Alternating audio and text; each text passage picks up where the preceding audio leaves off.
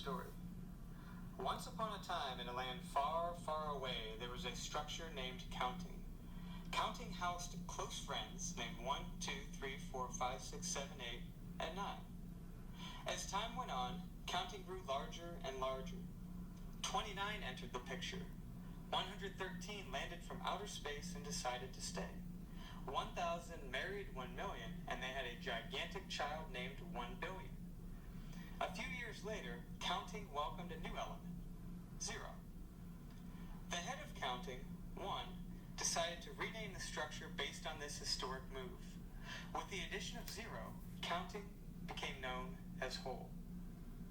Things in the whole structure stayed the same for many years until more elements joined the whole.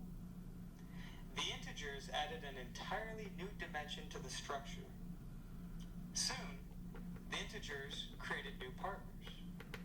1 paired with -1, 2 linked up with -2, 3 buddied with -3, and so on. As 1 aged, 0 took charge of the new integer's household.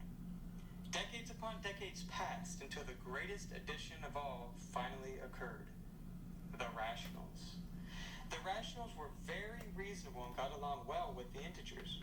In fact, the integers saw that, with a little effort, they could see themselves in the mirror as rational.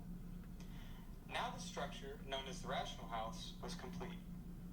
To celebrate, the rationals, which kindly included the integers, whole, and counting groups, threw a party, ate tons of cake, and tied balloons to the house. Lots of balloons. Infinitely many balloons. These balloons made the rational house rise high into the air.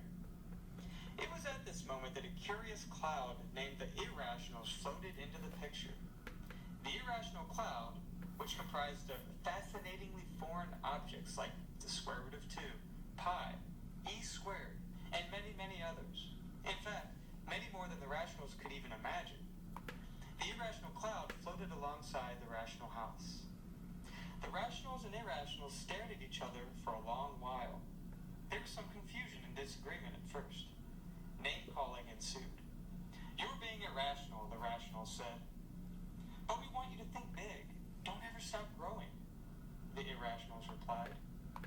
These two groups didn't join each other, but they learned to coexist.